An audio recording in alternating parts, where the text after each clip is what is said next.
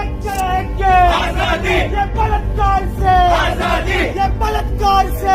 पहले आप यूँ कहते हो बेटी पढ़ाओ बेटी, अरे बेटी बचेगी तभी तो पढ़ेगी, तभी तो आगे बढ़ेगी, तुम जिंदा ही नहीं रह। सबसे बड़ी जरूरत जो है कि जब भी ऐसा कोई दोषी पाया जाए सख्त से सख्त कार्रवाई करनी चाहिए और सख्त से सख्त सजा देनी चाहिए।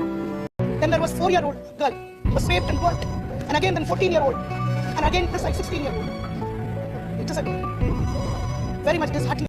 और फिर गर्भवती महिला के साथ दुष्कर्म की घटना को अंजाम दिया, जिसके बाद सूबे में हड़कंप मच गया है। बेटे को इतना ब्लैकमेल कर दिया, उसने आत्महत्या कर ली। मेरे साथ एक बार सो जा, मैंने मैसेज उसके देखे तो मुझे पढ़ने में भी कैसे लगे कि क्या पढ़ रहे हो। बस मैं इतनी प्रार्थना करती हूँ कि भगवान से भी आप सबसे कि मेरी बेटी को न्याय दिला दो। बस मैं यही चाहती हूँ, मेरी बेटी का इंसाफ हो जाए। बेटी न्याय मांग रही है।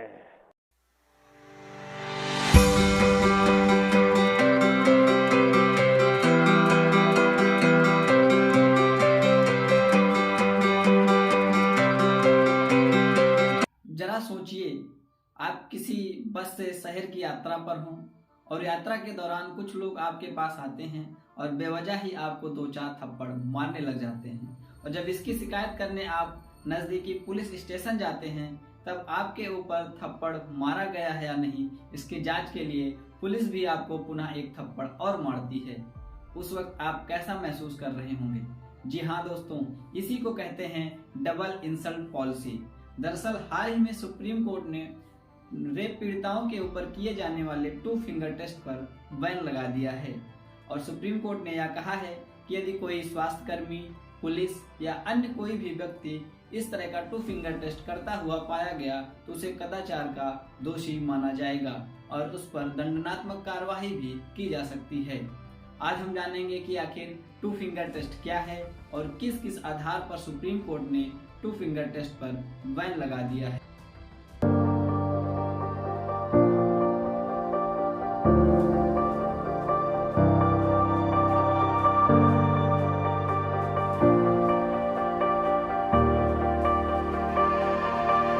बलात्कार का दंश भारत ही नहीं बल्कि पूरा विश्व झेल रहा है। आए दिन अखबारों, न्यूज चैनलों में यह देखने को मिलता रहता है कि किसी मासूम बच्ची, किशोरी तथा महिला के साथ बलात्कार किया गया। सिर्फ बलात्कार ही नहीं बल्कि उसको जान से भी मार दिया गया। भारत में निर्भया कांड, Hyderabad rape case, Unnao rape case, Hathras gang rape जैसे बहुत से ऐसे उदाहरण हैं जो मानवता को शर्मसार करते हैं और बेटियों के साथ हुई हैवानियत को दर्शाते हैं। हद तो तब हो जाती है जब किसी बलात्कार पीड़िता का 2 फिंगर टेस्ट किया जाता है। Forensic research and criminology international नामक साइंस जर्नल में यह बताया गया है कि रेप की पुष्टि के लिए पीड़िता के बयान के अलावा मेडिकल साक्ष्यों का भी अत्यधिक महत्व है, जिसके तहत पीड़िता के कपड़ों, नाखूनों, वैजिना और गुदाद्वार से सैंपल लिए जाते हैं। इस दौरान ये जांच होती है कि क्या इन जगहों पर या ऑब्जेक्ट्स में स्पर्म मिल रहा है या नहीं। हालांकि ये जांच सही तभी संभव हो पाती है जब शीघ्र इसे पूरा कर लिया जाए। यदि पीड़िता के मुंह में रेपिस्ट ने यौनांग डाला हो तब ओरल स्वाब टेस्ट होता है। ये टेस्ट रेप के 12 से 24 घंटों के भीतर हो जाना चाहिए। ऐसे ही यदि वेजाइना में यौनांग डाला जाए तो 3 से 5 दिनों के भीतर सैंपल दिया जाना ही चाहिए, वरना इसके नतीजे सही नहीं आते। इसी तरह यदि रेप की घटना के दौरान पीड़िता के पीरियड्स चल रहे हों या मूत्राशय के किसी रोग से पीड़ित हो तो सैंपल 24 घंटों के भीतर लिया जाना जरूरी होता है, क्योंकि अधिक देर करने से स्पर्म यूट्राइन कैविटी से हट जाते हैं, जिसके प्रामाणिक नतीजे नहीं मिल पाते। इसके अलावा एक तरीका पब्लिक हेयर कॉबिंग का भी है, जिसमें साफ सरफेस पर पीड़िता के बालों की कंघी की जाती है ताकि यदि कोई फॉरेन ऑब्जेक्ट हो तो उसका पता लगाया जा सके। यदि पीड़िता का रेप के समय पीरियड चल रहा हो तो उसका टैम्पून या पैड भी एक अहम साक्ष्य माना जाता है। दरअसल 2 फिंगर टेस्ट में किसी महिला के साथ बलात्कार हुआ है या नहीं इसकी जांच के लिए उसके प्राइवेट पार्ट में 2 उंगलियां डाली जाती हैं। यदि दोनों फिंगर का प्रवेश आसानी से हो जाता है तो यह माना जाता है कि वह सेक्सुअली एक्टिव है और उसके साथ रेप किया गया है। यदि दोनों फिंगर महिला के प्राइवेट पार्ट में आसानी से नहीं जा पाती तो यह माना जाता है कि उस महिला के साथ रेप नहीं हुआ है। इसमें वैजाइना के मांसपेशियों के लचीलेपन और हाइमन की जांच की जाती है। साल 2004 में सुप्रीम कोर्ट ने माना कि आईपीसी की धारा 375 में महिलाओं के एक्टिव और पैसिव इंटरकोर्स को लागू करना अप्रासंगिक है।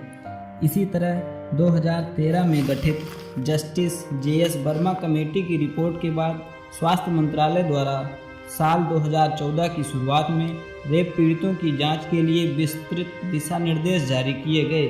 हालांकि ये सिर्फ दिशा निर्देश ही थे, ये बाध्यकारी रूप से लागू नहीं हुए। महिलाओं के साथ किए जा रहे इस अमानवीय व्यवहार को ही आधार बनाकर सुप्रीम कोर्ट ने यह कहा कि 2 फिंगर टेस्ट अवैज्ञानिक है या कोई विशेष जानकारी प्रदान नहीं करता तथा इस प्रकार की सूचना का बलात्कार के आरोप से कोई लेना देना नहीं है। रेप केसेस से पीड़ित मामलों से निपटने के लिए WHO ने भी 2 फिंगर टेस्ट को अवैज्ञानिक माना है। सुप्रीम कोर्ट ने कहा कि इस तरह के अभ्यास पितृसत्तात्मक और भेदभाव के प्रतीक हैं। यह 2 फिंगर टेस्ट महिलाओं के निजता के अधिकार का उल्लंघन करता है। इस तरह की रोचक और तथ्यात्मक जानकारियों के लिए आप देखते रहिए हमारा YouTube चैनल द55.com। अगर वीडियो पसंद आई हो तो आप हमारे चैनल को सब्सक्राइब करें, लाइक करें और शेयर करना ना भूलें। नमस्कार।